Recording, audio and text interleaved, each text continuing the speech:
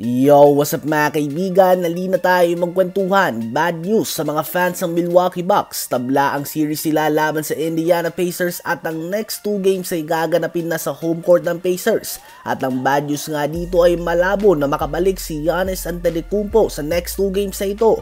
Dahil ayon sa report ni Shams and The Athletic ay hindi pa nagsisimula ng tumakbo o tumalon si Giannis. Hindi pa rin siya kasali sa kahit na anong klase ng scrimmage o contact workouts. Kaya naman kailangan nga ng Bucks na humanap ng paraan na manalo nang wala ang kanilang 2-time MVP.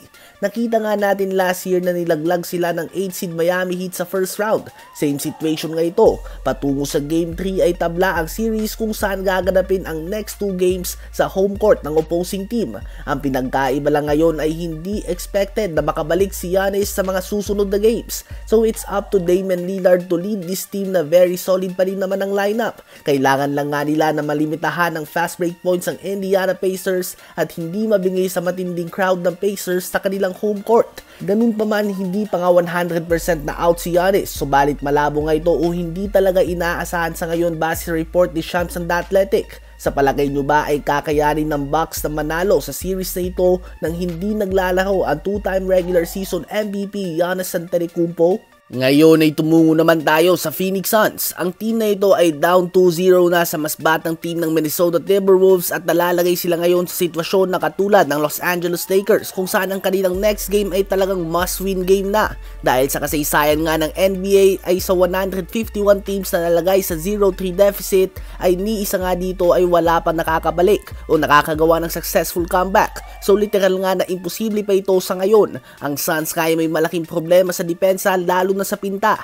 Masyado ngang malaki ang frontcourt duo ni Towns at ni Gobert at madalas silang nagdo-double team dito.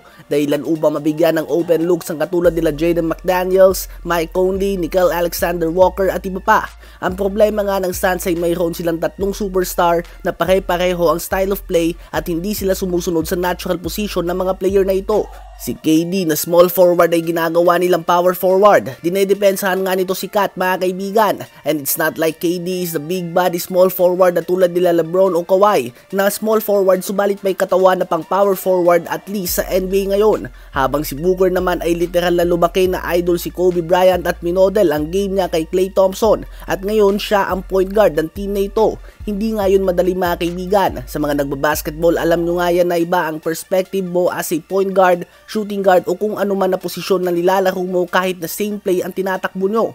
Kaya naman kung titingnan nyo nga ang stats si Booker ngayong playoffs ay sobrang bagsak nito kumpara sa last playoffs kung saan ang trabaho nilang ay ang gumawa ng puntos. Ang tanging umangat sa kanya ngayon ay ang turnovers dahil again hindi siya sanay na maging point guard. So tingnan nga natin kung matutulungan sila ng kanilang home crowd upang hindi mabaon sa 0-3 situation. Ano ba masasabi nyo tungkol dito?